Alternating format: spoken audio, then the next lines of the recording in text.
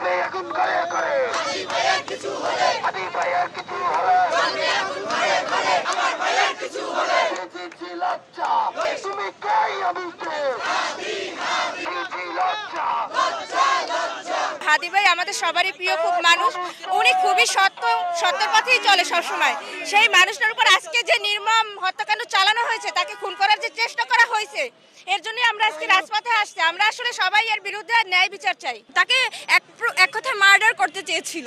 তো আজকে যদি আমাদের হাদি ভাই হচ্ছে নতুন বাংলাদেশের স্বপ্ন দেখে, যদি আজকে তার আল্লাহ না করুক মৃত্যু হয়ে যায়, তাহলে অবশ্যই নতুন বাংলাদেশের স্বপ্ন ধুলোয় মিশে যাবে। ন্যাক্কারজনক একটা ঘটনা ঘটেছে আমাদের হাদি ভাইয়ের সাথে।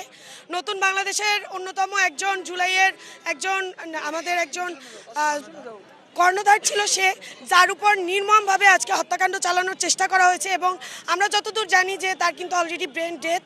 আমরা এর তীব্র নিন্দা এবং প্রতিবাদের জন্য আজকে আমরা বরিশাল থেকে মশাল মিছিলের আয়োজন করেছি এবং 24 ঘন্টার মধ্যে আমরা এই হত্যাকারীর কে এই হত্যাকাণ্ড চালিয়েছে তা আমরা ইন্টিরিমের কাছে জানতে চাই এবং তারা ধরুক যে কারা, তারা খুব সহজে এটা বিচার করা সম্ভব।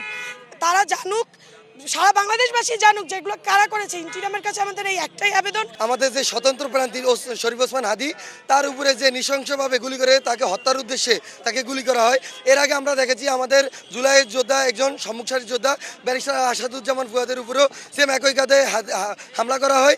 আমাদের যে গণ অধিকার পরিষদের সভাপতি বিপিনুর, তার উপরেও, অর্থাৎ আমাদের যে সকল জুলাই যোদ্ধাগণ আছে সম্মুখসারী জুলাই যোদ্ধা, তাদের উপরে হামলা করা হয়। তো ইন্টারিম এই অবস্থাতে নির্বাচন দিয়েছে। তা আমরা মনে করি যে বর্তমান সময়ে লেভেল ফ্লিং ফিল্ড সেটা নিশ্চিত করতে এই সরকার ব্যর্থ এবং বর্তমান যে প্রশাসন, তারা আমাদের কাছে মনে হয় যে তারা ঠিকভাবে তারা কাজ করতেছে।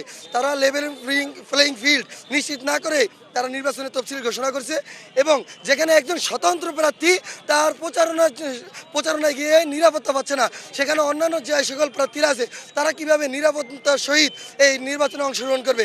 আমরা জুলাইয়ের সেই অগ্রসেনানী, যখন পুলিশ আমাদেরকে বলছে যে একটা গুলি করি একটাই যায়, আরগুলো যায় না, আমরা সেই অগ্রসেনানী। আমাদেরকে গুলি করে হামলা করলে আমাদেরকে দমিয়ে রাখা যাবে না। আমাদের যে আওয়াজ রয়েছে সেই আওয়াজকে গুলি করে বন্ধ করা যাবে না। আমরা সেই অগ্রসেনানী যারা 24-এর বৈপ্লবিক চেতনাকে ধারণা করি।